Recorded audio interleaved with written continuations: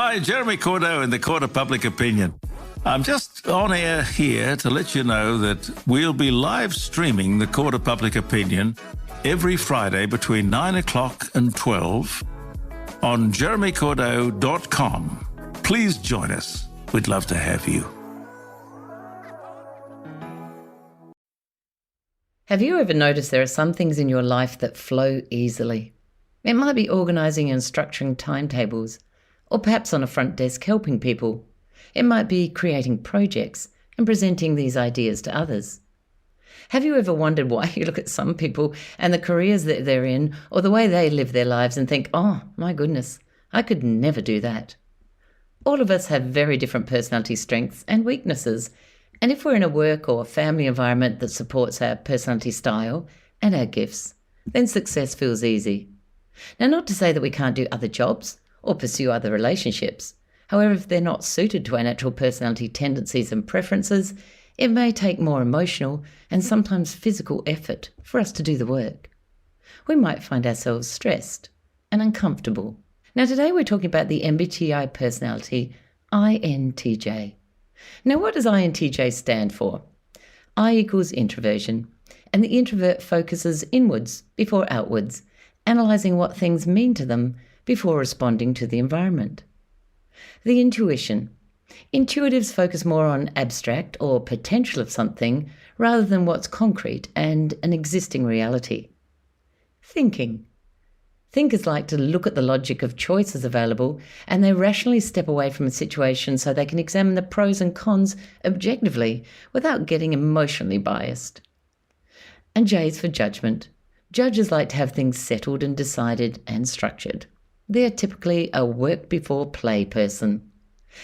Now, INTJs are the intellectual, quick-thinking masterminds of the Myers-Briggs world. They're known for their strategic prowess and powerful insights, and they live in a constant thirst for knowledge and discovery. They see hidden patterns and meanings for the future and have extremely accurate and astute perceptions about how various plans and concepts should develop over time. The INTJ personality types use their intuitive thinking to form efficient, strategic plans, create new theories, and organise their world in a really logical way. Now, the INTJ personality type is extremely rare, making up only 2.1% of the US population. So most people, when they get their type on the Myers-Briggs type indicator, feel a bit of relief because they start to realise why they've felt like misfits in the world and that not a lot of people think and act like they do. They're known for their rationality, insight, and high standards. Now, INTJs are great strategists. With their expansive, future-focused vision for seeing possibilities and recognising potentials, they're also detailed and logical enough to see what holes and gaps there are in projects. Now, though the INTJ may appear outwardly intractable, they actually believe that most people and processes and systems have the potential to be improved upon, and they'll seek new and innovative ways to try and bring about that change. They trust their judgment and are confident in their ability to solve the problems and overcome the challenges that they encounter when they're in their personal or professional lives. Now, INTJs aren't just looking to change externals and other people. They're also diligently committed to working on themselves. They're lifelong learners and will always be looking for ways to increase their knowledge and skills. Now, as we know in life, our strengths can become our weaknesses, and there's no less for the INTJ. The INTJ's expertise in the area of intellect, logic and reason is unarguably and definitely one of their chief strengths. But it can become a weakness as they can be seen as arrogant, condescending, and they can be impatient with people who don't catch on as quickly as they'd like. INTJs also prefer to conceptualize the world on a logical and rational basis. They tend to have little patience for emotional concerns and may end up keeping others at arm's distance. While the natural meticulousness of the INTJ can be a strength, it can also be a weakness for them when it becomes perfectionism. Their standards in general are exacting, and this critique may be directed not only towards themselves, but to other people as well. The INTJ places great priority on work, and this can come at a price. namely time being spent on family or other relationships and their leisure time. Awareness of this is paramount for them. I'm Kate Mason and welcome to Parenting and Personalities. This is the podcast that connects you to the ones you care about the most.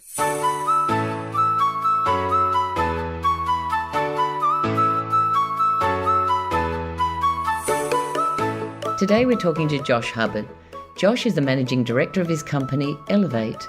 Before establishing Elevate, Josh held senior executive roles in the government directing transformation programs. He brings experience across the multiple industries, including transport, infrastructure, energy and education. He has 2 bachelor degrees in commerce and finance and a graduate degree in chartered accounting. With experience in senior strategic leadership roles, including program director of large-scale programs, Josh enjoys driving strategic improvement of business transformation, and he has a range of experiences driving major reforms, including delivering large stakeholder engagement programs, significant procurements, and delivering effective commercial outcomes.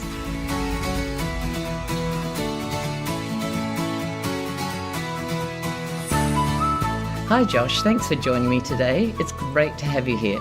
Thanks, Kate. Pleasure to be part of it all. Now, what I'd really love to know is what you were like as a child and a young adult. What were the things that were really important to you in those years, and what would your parents possibly describe you as? No worries. I think partly what was important to you in those years and what you look back on as being important are potentially 2 slightly different things. I think at the time I was very focused on my sport, very into my sport, in particular basketball. Was I guess quite somewhat focused in schooling in terms of wanting to go to uni and whatever else. Probably quite easily distracted, as many young boys are. But was able to sort of get through that at a reasonable level. Family played a really big part in that childhood. My mum and dad were very present in our sort of upbringing, and we grew up up the street. My mum's Italian background from my nonna and my nonna, so we got to spend a lot of time with them, and they were always very important to us as kids, and always very present in our lives. And mum and dad and my nonna still alive, still are. So those things were always hugely important. I was always interested, I guess, in part-time jobs, and I had many different part-time jobs and did lots of bits and pieces through school. So I think I even from a young age, I was quite interested in having variety in what I did, whether it be through schooling or otherwise. Yep. Was very focused on the sport and those other things, and probably gained confidence in things by doing them and practicing. I probably wasn't naturally confident at all growing up, but you gain that through, I guess, success or being able to do things effectively. Yeah, so can you tell us all how tall you are? I'm 6'7". So So basketball would have been a great sport, obviously, to be in at 6'7". So do you feel like that you were actually a natural sportsman, or your height, you became one, or did you become one because your height is such a great thing to have in that area? It's a good question. I don't think I think I had a very natural interest and probably, some reasonably natural skills in terms of hand-eye coordination. But I did have quite a lot of, I guess, issues with development of, hips and core strength and those other sorts of things, which I would say took me a long way from being a natural sportsman in that regard. I'll speak to it. I had a lot of issues with the development in those areas, and spent, I guess, about 5 or 6 years on a rehabilitation program, for want of a better word, where as a young kid, I'd sort of try and keep up and be able to run with others and that, and I just couldn't. It didn't matter how hard I tried.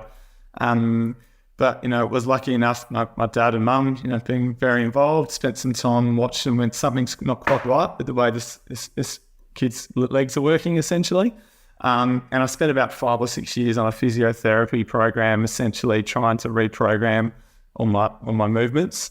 It was pretty full on. Like, it was probably an hour a night, if not more, of additional work from the age of 11 or 12. And I really probably didn't see significant benefits till I was about 16.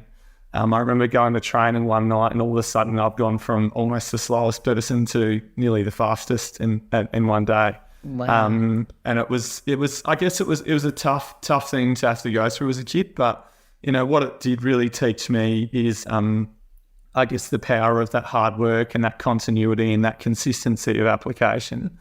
And, it made me a decent athlete, I guess, which, allowed me to do other things within sport, which were very important, but to me at the time, but more importantly, I think it taught some very valuable life lessons that held me in good stead for other things. Because that's amazing, because to persevere, not really knowing, like for all that time, I guess knowing that hopefully one day you would be successful and be able to run and better and do all that, but that's a long time to stick at it. So, especially for a kid, if you don't see instant results, often people they're out, they don't want to keep going, but you're obviously a person who does persevere at things. Yeah, I think definitely. I think too as well, it's, again, back to the support around the household. You'd be lying if you said as a 12, 13-year-old, you made time, so you're going, this is too hard, I can't be bothered, I'm just going to go watch TV, right? That's the natural thing to do. But, to be able to have the guidance and I guess the mentorship around the home to be able to go, hey, just stick at it, buddy. Good things might come. Yeah, family are really important, aren't they? Absolutely. And these are the times that you realise it. And like you say, when you look back and realise what support you had now as an adult, and starting your own journey forward, and that it's a really important thing. So listen, you had a life-changing medical issue that happened to you. Now, was it 5 years ago that happened, around 5 years? How long ago was about that? 5.5 years ago now. Yeah. So can you tell us about that? Because I think part of the importance of it, and you are a person that talks about it for the youth of today, is how to recognise what happened to you as well, So what actually happened for you?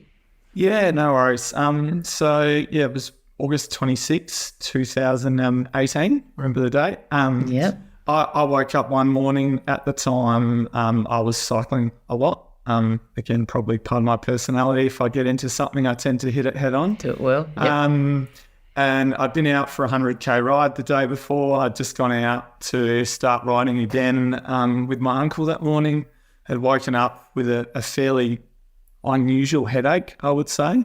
But I just thought I had some neck problems for a long time, which had come from a footy accident. Just figured I was dehydrated. Didn't think too much of it, right? Turns out I wasn't dehydrated. I got most of the way up Montacute Road up in the hills and essentially just thought I'd blown out 2 tyres on my bike because my whole bike started shaking. Not realising that what had actually happened was that I'd had a stroke. So something could happen in the back of my head. So I was, I guess, lucky enough to have presence of mind to be able to pull myself over, get off the bike. But at the time I was just having crazy head spins, no real idea what had gone on.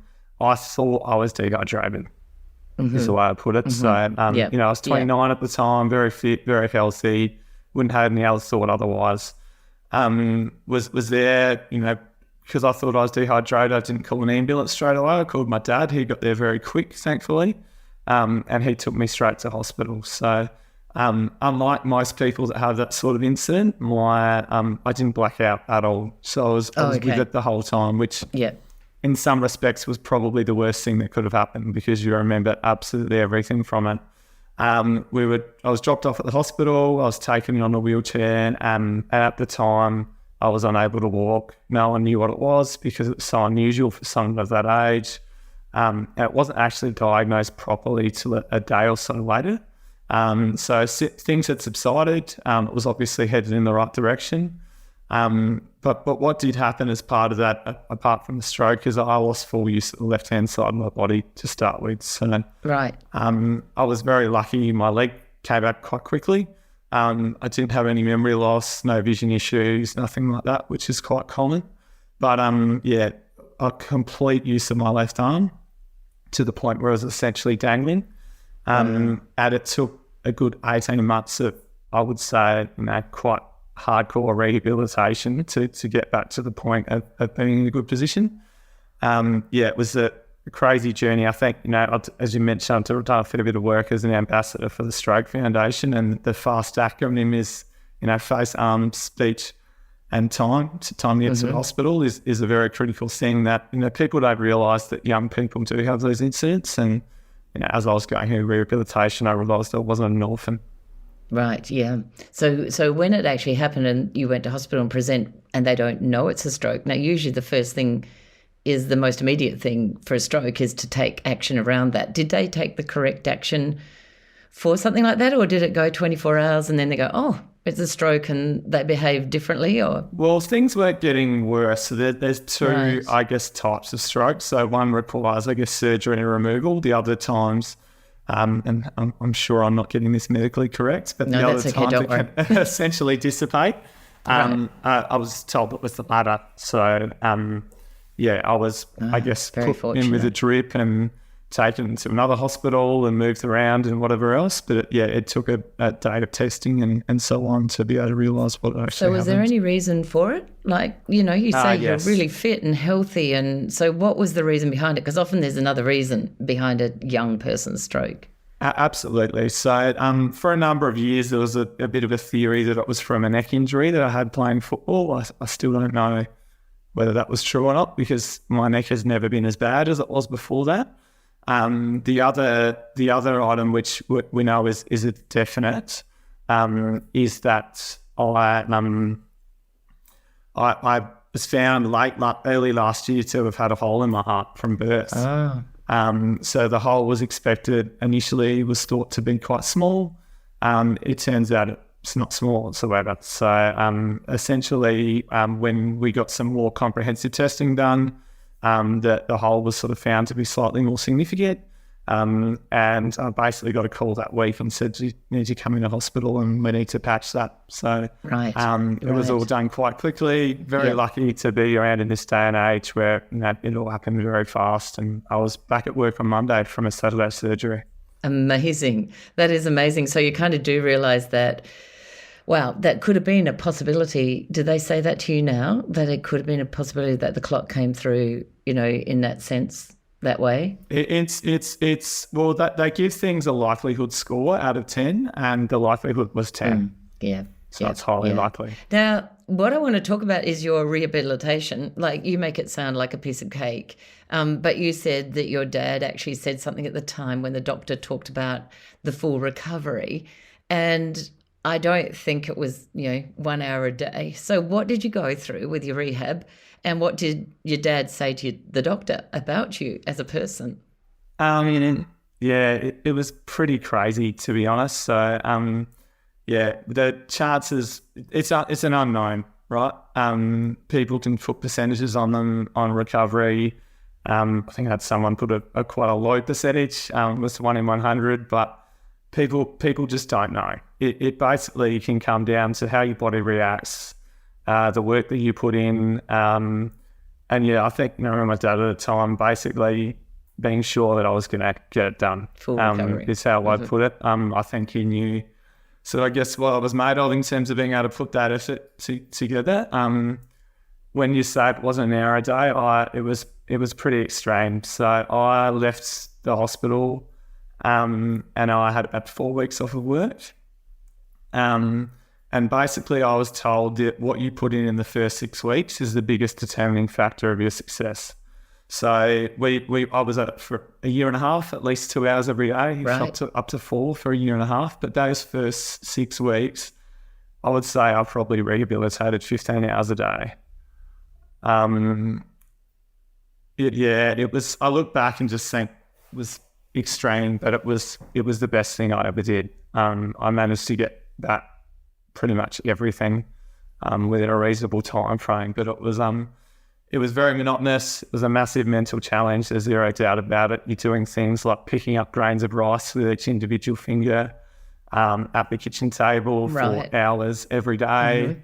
You're doing things like poking holes in a cup, trying to regain mobility with your arm, laser pointers, all sorts of things. But what I tried to do was make it a bit of a challenge. Everything is about time and being able to move. So I would sit there all day with a notebook, Yep. and time everything that I did and just work daily to try and get things faster. So that period was very intense, but that continued for a very long time. So it was, from gym work through to motor movements with your hands, even basic muscle strength. I think I lost about 15 kilos through that period, and I was quite fit before. Yeah. So that's amazing. So in a way, your early running therapy almost prepared you in a sense, like you're obviously a very determined person and a very, like, it's amazing. It's so methodical. The fact that you actually sit down and do that, there'd be a lot of people out there who wouldn't put that into it. So that's amazing. Well done, Josh. To get there today and still be fully moving, and yeah, that is incredible. And it's hope for people that perhaps might be in your situation or might end up in your situation, which we hope doesn't ever happen. But the fact that perseverance can get there, so that's amazing. Now, listen, can you give us a bit of a rundown on your career? When we were talking about it and how you came to be where you are today, and did your business happen after the stroke or before? And was that something that you went, right, well, I can do this now myself? Sorry, 500 questions. No, that's okay. Start with, tell us about your career and what you studied. Absolutely. Look, the only thing I might touch on as well after we spoke about the rehabilitation, I think, those situations where nothing's known, my view on it, and I think it helped a lot, was that you just have to leave no stone unturned. And that'd be my message to anyone out there. Try different things, contact different people, understand what's around, and control your controllables. Like, I'm very lucky that I have a full life, probably better life than I did before. It's not the case for everyone, but you can only control what you can control. So. Yeah, good advice, great advice. The career, I've done a few different things. I originally did a double degree in commerce and finance at uni in South Australia, and then sort of went into starting out in the taxation business. Wasn't really my thing, to be honest. So not very exciting. No, for some people, maybe. Yes, there are a lot of people. Good tax accountants worth their weight in gold. They are. It wasn't my choice of career. I then spent a bit of time doing some other bits and pieces, and ended up working in the South Australian government for 9 years in the end, I believe. So, and had some great experiences. So I actually went on and became a chartered accountant through that, which was, has been fantastic in terms of gaining that graduate diploma and the opportunities that provides. Had a lot of opportunities through a number of departments within the South Australian government to work on some of the state's largest projects and, commercial opportunities and many other things, and, led from a lot of exceptional people. So, sort of spent my last years in executive roles and leadership positions for a number of years, but had a really fantastic experience. It was exceptional. In terms of transitioning to what I do now, so that happened well after the stroke, actually. So I've been Elevate Management Consulting, the business is called, been open for nearly 2 years. There are probably a few things that led to me deciding to do that. I guess one of the things I've really loved in my career is having the opportunity to help solve complex problems. So trying to find the simplicity out of complexity, we say. Yeah. For me, that never happens, but go on. Go on. Like being able to deal with things in lots of different environments and different challenges and working with different people. There are many other organisations that do what we do. We try and do it in a bit of a different way. But also, I'd always had the idea from a young age of wanting to run my own business and have a go at doing something. Like I said, I'd had great, outstanding opportunities doing what I did. I probably got to a point where we didn't have a child at that point that I opened, and when if I'm going to have a go at something, now's probably the time. The other factor is probably, back to family. My nonnals, so my grandfather passed away not long before I opened it. He was an Italian migrant, and he spoke very fondly of the day that he opened his own concreting business. So being something that was on my mind, it probably provided a small part of a catalyst as well. Cool. And how long did he have his concreting business for? I think it was about 40 years. It was a very long time. Yeah, pretty awesome. Hard work. Yeah, very hard work, very hard. So what, gave you the idea for your business? Are you doing the same work that you were doing in the government? So you're kind of out there submitting contracts for various companies? Yeah, and what we do is quite varied, and we sort of expand it as we build our team. Look, a lot of it will come from, we do project and program delivery, we do procurement and commercial advisory, we do digital services and transformation, and we do a lot of organisational transformation or business transformation and improvement. So these are skill sets, I guess personally I've touched on and been able to build through those projects and things that I've done in the past, but also, as you bring a collective team together, you obviously have the ability to leverage the strengths of others, which is, one of the real positives we have. So, look, those areas in particular are areas where, I guess problems do arise, or, you have difficult projects or difficult procurements, and, it's where we feel we can provide value. And I guess I feel I could provide value in the first instance, and being able to assist in delivering positive outcomes for people. So what is it that you love about your work the most? So if you could sum it up pretty briefly, what is it that you love the most? Is it the freedom? Is it the brain power? What is it? I think it's the diversity of the work and the challenges that are presented. Yep. So what are your greatest strengths in the workplace and personally? You don't have to give a whole list, but you can if you want to. Just the way that you might share things with people in both. Yeah. Look, I think have a fairly personable approach to what I do. I think I'm able to, and that comes back from the sporting, a lot of the things I learned with sport, being able to deal with lots of people from different walks of life and being able to understand what's important to them. I think the drive that I had obviously is a helping factor. I think one of my strengths in that space and with working with people is being able to, I guess, logically think things through. Sometimes I have a challenge of being able to communicate that. Not that I can't communicate it, but I might jump 5 steps ahead and being able to bring that back. But I think they're probably some of the key strengths. Yep. I was going to say, being a big picture person, that's often the problem of someone who has a big picture, is bringing it back again. And being able to do that is really, really important because you are sharing information. And often people aren't sitting in there with you, and you do have to get them to join, So that's a really good self-awareness. Now, you've got a relatively new business and you have a young family. So can you share some of the strategies that you've found that are effective in regaining personal time and having your own business? Because often having your own business is pretty hard to switch off. Things come with you. They can't just leave them at work anymore. Absolutely. Look, I'm big on setting personal non-negotiables. So being very clear on, where it is important to make sure I absolutely have family time or make sure that I'm completely devoted to things that are non-work related. The other thing for me is I really I find looking after my physical health a really big thing. So I'm able to maintain, I guess, focus and clarity. The other is, I think, be really clear in communicating where you can around and where you can do things and not do things. But, in that, knowing with yourself what's important to you and what you prioritise first. Cool.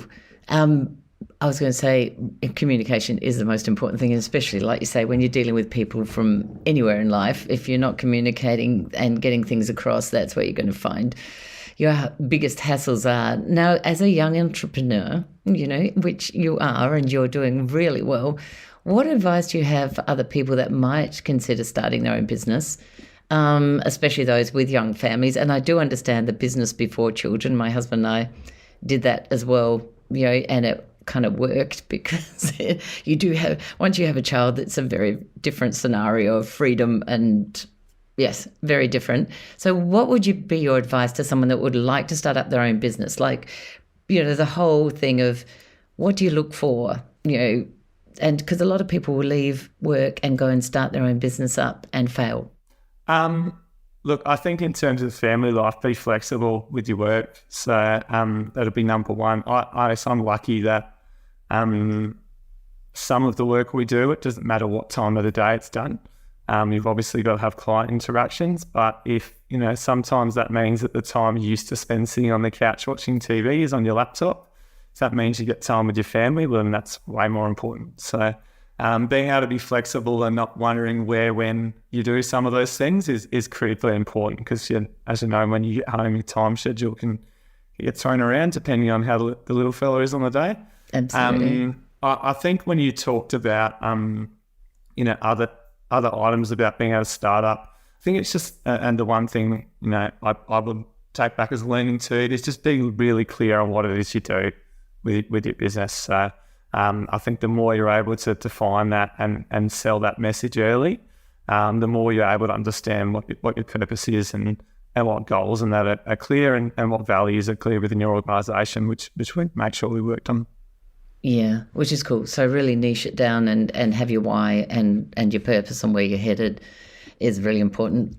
Fantastic. Thank you so much for being with me today, Josh. It's really interesting. Your journey through life has been really a credit to you, a lot of it, and your ability to keep going and like you say, deal with what's here and now as well, and not leave any stone unturned in life.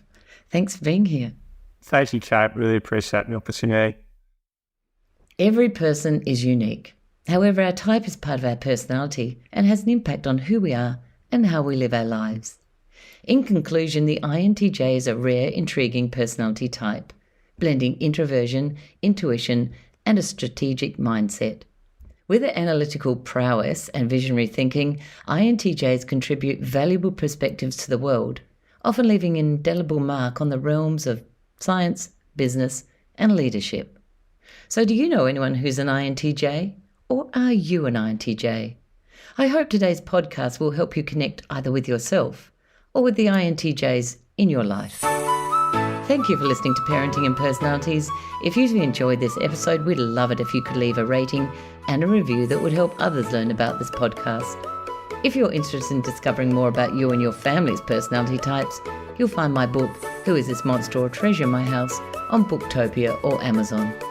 If you have an episode idea, please send a note to thepersonalitycoach@gmail.com. Many thanks to our producers at Stories and Strategies, and we'll see you next time.